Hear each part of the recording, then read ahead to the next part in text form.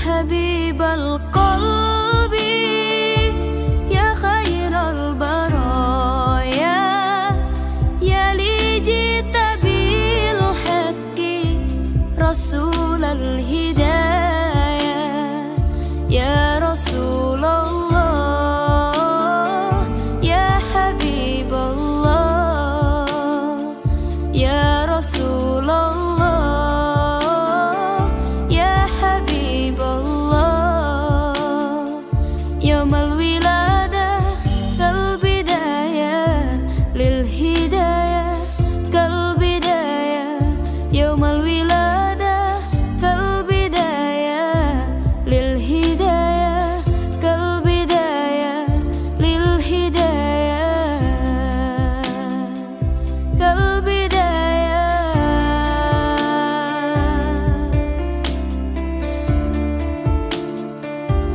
انت جد يا طه بالنور هداية يا رسول الله يا رسول الله جئت بدين الله جئت كل البرايا يا حبيب الله يا حبيب الله يا بشير الخير يا رسول الله يا دليل النور يا حبيب الله يا حبيب القلب يا خير البرايا يا لي جئت بالحق رسول الهدايا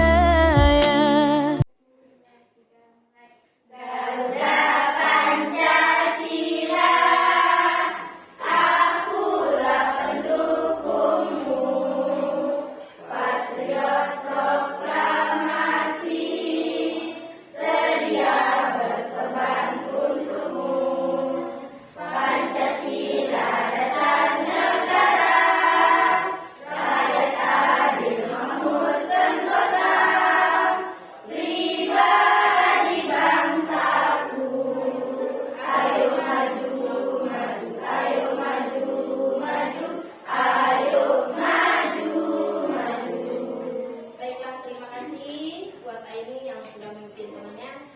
Baiklah anak-anak, sebelum kita menuju materi selanjutnya, marilah kita berdoa untuk agar materi yang kita terima ini kita terima lebih berkah ya. Silakan ketua kelas pimpin temannya untuk berdoa. Berdoa, tangan di atas kepala tunduk, berdoa mulai.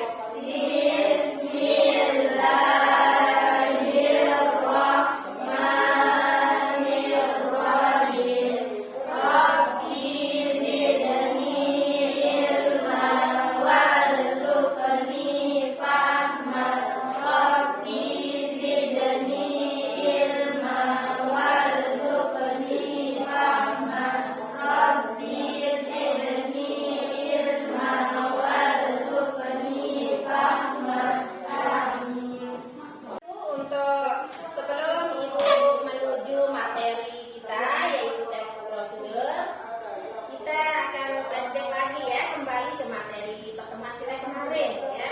Siapa yang masih ingat tentang pertemuan kita kemarin? Materinya tentang apa? Teks narasi. Ya, teks narasi atau cerita fantasi. Nah, di sana anak-anak di cerita fantasi itu kamu tujuannya dituntut untuk bisa menceritakan lagi sebuah cerpen, cerita fantasi dan lain-lain. Nah, itu ada hubungannya sekarang dengan pertemuan kita akan menuju teks prosedur. Nah, tapi sebelum itu membahas lebih lanjut layang-layang, tidak pernah. Ilham pernah berlayang-layang? Pernah, Usman? Nah, siapa yang pernah melihat buku resep atau memasak?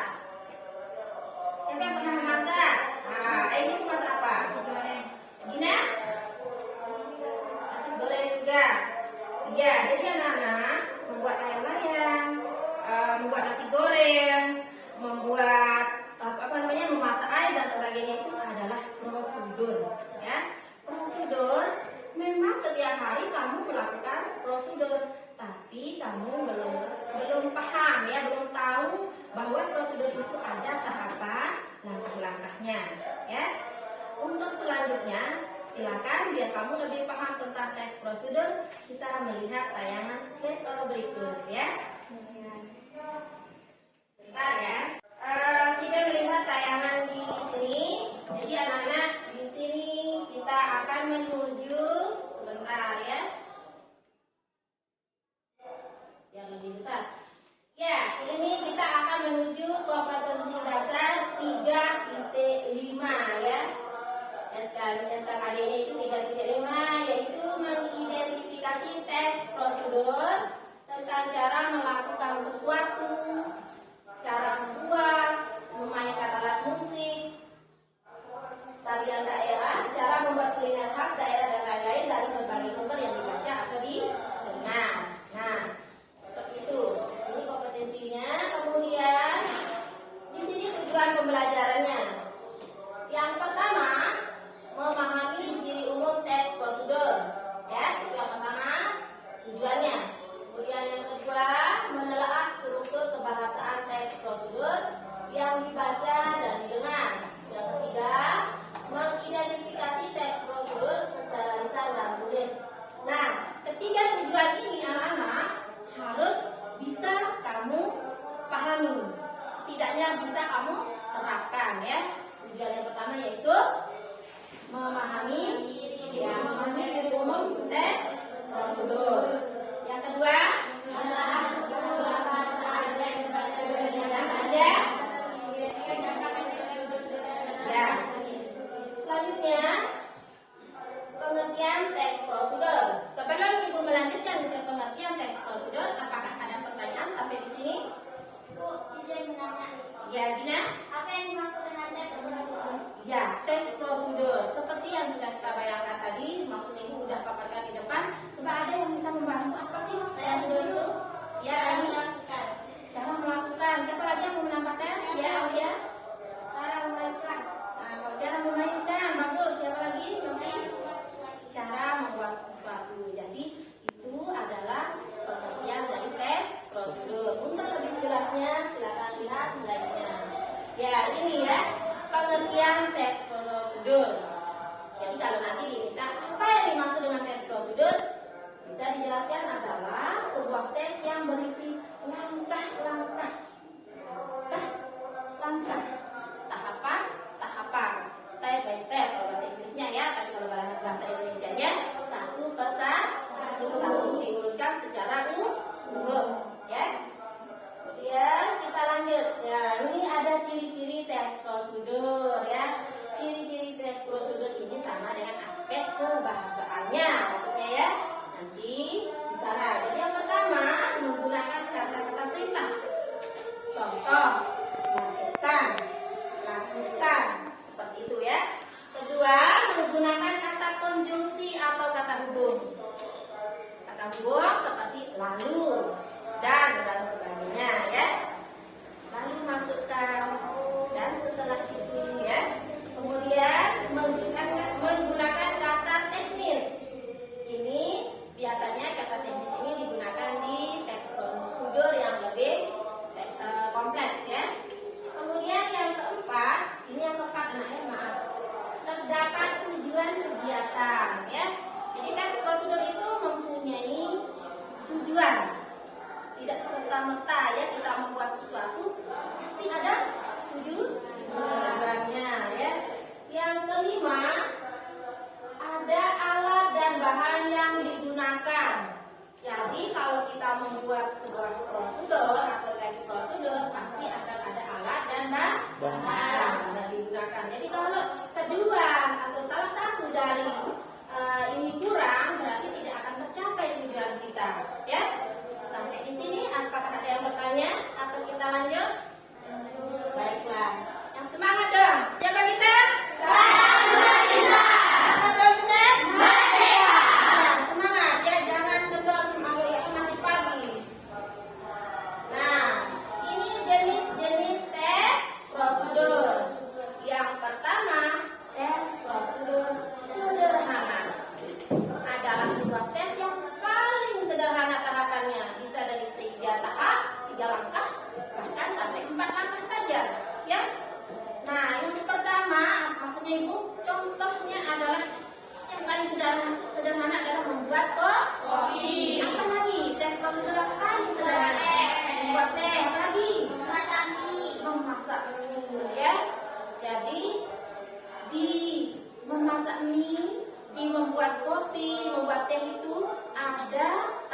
bahannya. Ada langkah-langkahnya, ada bahan. Ya, selanjutnya teks prosedur kompleks. Ini yang kedua. Jenis teks prosedur yang kedua adalah teks prosedur kompleks. Adalah teks yang berisi langkah dan cara lebih kompleks, lebih banyak ya dari yang sederhana. Contoh, di sana cara membuat donat, cara membuat meja, cara membuat pizza. Itu kan pasti tahapannya lebih kompleks. Jadi kalau tahapannya tidak diikuti, aturannya tidak diikuti, nanti tujuannya tidak akan tercapai. Donat yang kita buat pun tidak akan bagus hasilnya. Sampai di sini, apakah ada yang bertanya?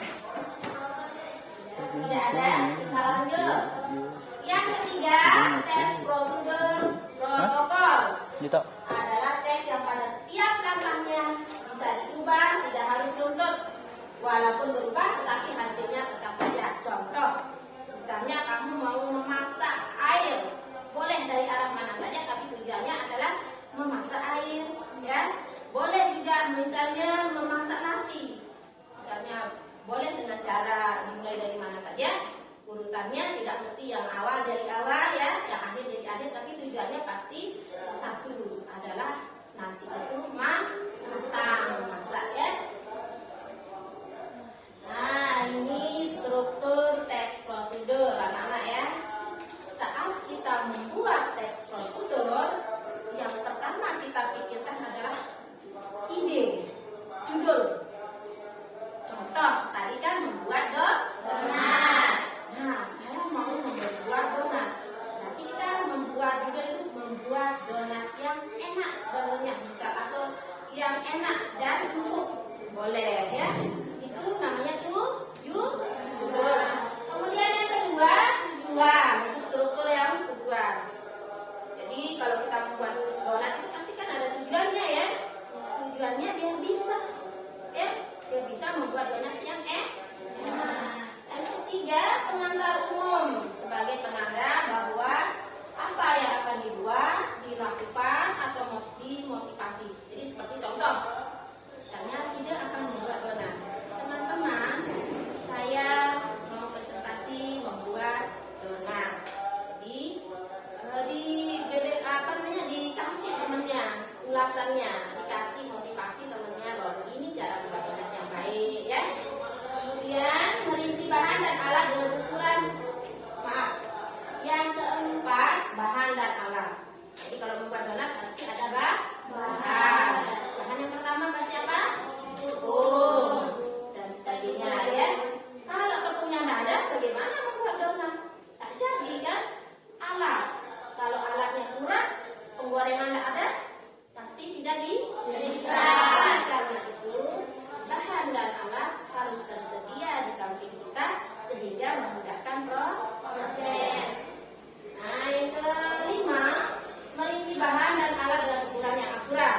Nah, di sini misalnya tepungnya bagaimana, berapa kilo, berapa mau dibutuhkan ya, tergantung yang mau dibuat banyaknya. Kemudian urutan langkah secara rinci per tahap. Nah, ini yang maksudnya tahap demi tahap. Itu struktur yang ke-6 ya. Jadi ada urutan langkah. Jadi masukkan tepung dulu, apakah masukkan telurnya dulu, apakah gulanya dulu, itu tergantung aturan pakainya ya. Yang terakhir adalah penutup berisi penekanan isi dan kata-kata motivasi. Ini bersifat opsional. Opsional artinya boleh menggunakan bahasa Indonesia, tapi dalam konteks yang baik dan benar. Misalnya, nanti kan donatnya sudah jadi. Nah, teman-teman, silakan mencoba. Kalau tidak mencoba, bagaimana bisa? Nah, boleh seperti itu, kata-kata opsional seperti itu ya. Dan yang terakhir, mari setelah kamu mempelajari tes prosedur, ada yang mau setelah dijelaskan materinya, ada yang mau ditanyakan? Kalau begitu, mari kita melihat tayangan video berikut ya. Video cara membuat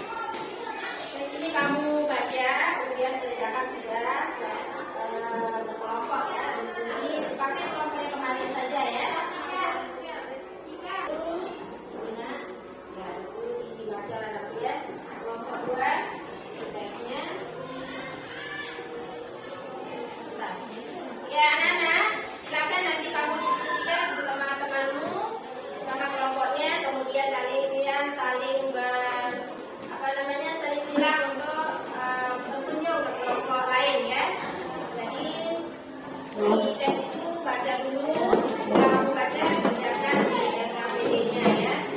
Untuk bahasaannya ya, cari identifikasi dan buat pertanyaannya ya.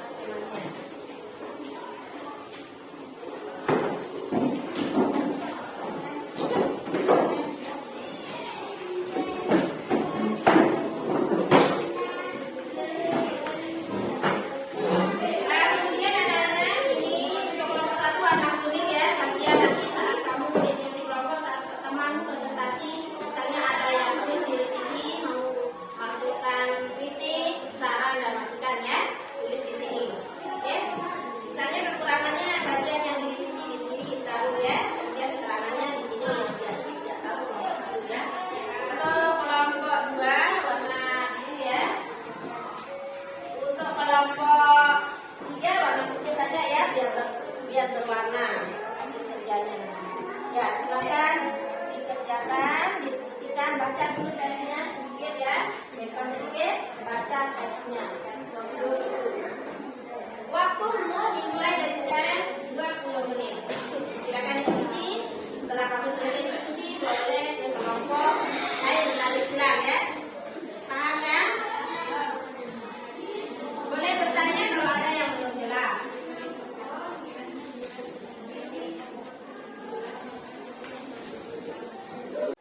Ya baiklah anak-anak, silakan waktumu tinggal 3 menit lagi untuk presentasi.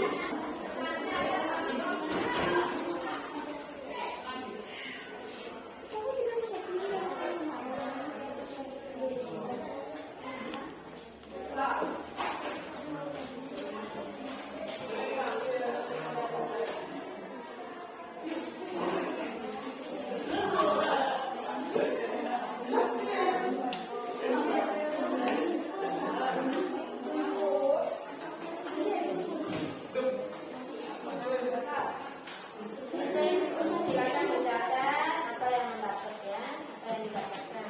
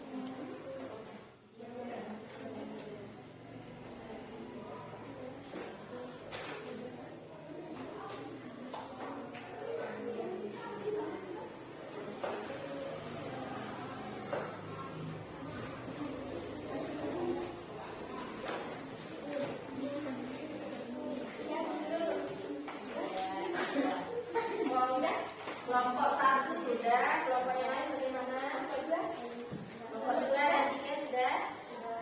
Kelompok 2 sudah? Ya? Yang 3 bagaimana? Sudah? Sebentar ya.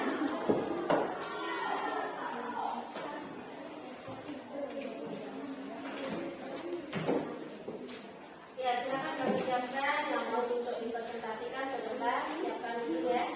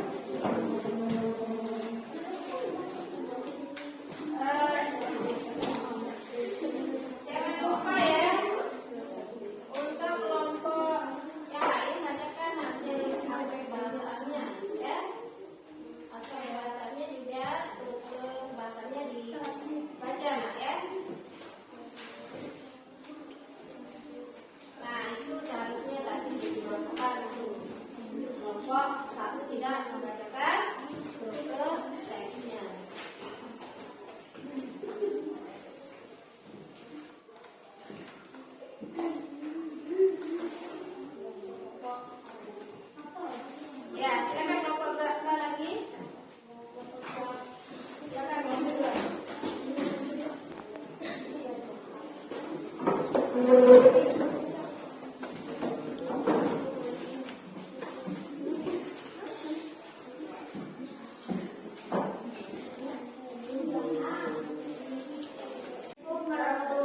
wabarakatuh.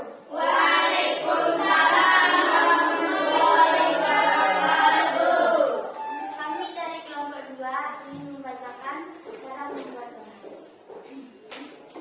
Siapa yang tak kenal donat? Kue yang identik dengan lubang di tengahnya ini memang sudah jadi cemilan ya. Mulai dari anak-anak hingga orang tua, pasti gak ada yang gak suka jajanan ini. Resep cara membuat donat pun sudah banyak beredar dengan berbagai cara dan varian. Kamu gak harus beli di toko kue untuk bisa menikmatinya. Makanan ringan ini dijual di berbagai tempat. Tampilannya pula dengan atau tanpa lubang di tengahnya. Donat merupakan jajanan berbahan dasar tepung dengan varian rasa yang beragam. Alat dan bahan. 1. Alat: kompor, penggorengan, baskom, tampan. 2. Bahan: 500 gram tepung terigu ayam, 10 gram ragi instan, 1 sendok baking powder, 80 gram gula pasir, 2 sendok gula pasir, 2 sendok susu bubuk, 2 sendok susu bubuk,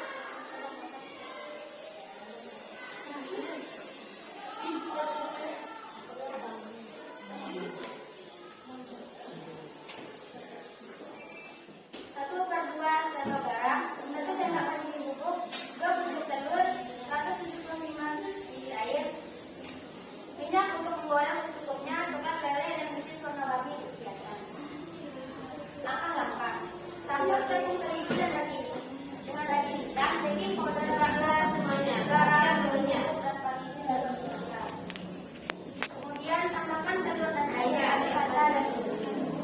Masukkan margarin dan menjadi hingga menjadi adonan yang manis dan elastis.